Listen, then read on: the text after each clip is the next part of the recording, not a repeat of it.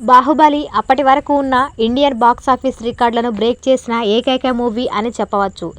దిగ్గజ దర్శకుడు రాజమౌళి దర్శకత్వంలో ఇటు చాలా ఏళ్ల తర్వాత తెలుగు ఇండస్ట్రీలో తొలి ప్రయోగంగా వచ్చిన multistarrer movie rebel star Prabhas, రానా దగ్గుపాటి కాంబినేషన్లో వచ్చిన ఈ సినిమా ఊహించని విజయాన్ని అందుకుంది. డైరెక్షన్ అంటే ఇలా ఉండాలి అని మెచ్చుకునేలా రాజమౌళి తన అద్భుతమైన దర్శకత్వం మెళకువలతో ఈ సినిమాను తెరకెక్కించారు. ముఖ్యంగా ఇందులో ప్రతి పాత్ర కూడా హైలైట్ అనే చెప్పాలి. ఇక శివగామిగా రమ్యకృష్ణ రాజసం ఉట్టిపడేలా మహారాణి పాత్రలో ఆకట్టుకుంది. అటు తమన్నా ఇటు అనుష్క ఇలా ఎవరికి వారు తమ పాత్రలతో అబ్బురపరిచారు.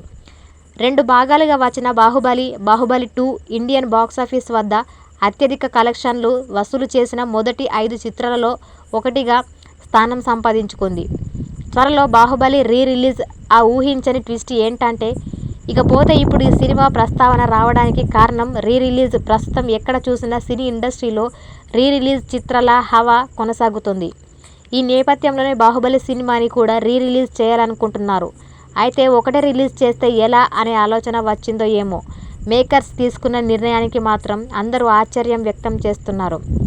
తాజాగా అందుతున్న సమాచారం ప్రకారం 2 పార్ట్లను ఒకే పార్ట్గా మార్చి రిలీజ్ చేయబోతున్నారట. 2 సినిమాల్లో కీలకమైన సీన్స్ తీసుకొని ఒకే సినిమాగా మార్చుతున్నారట.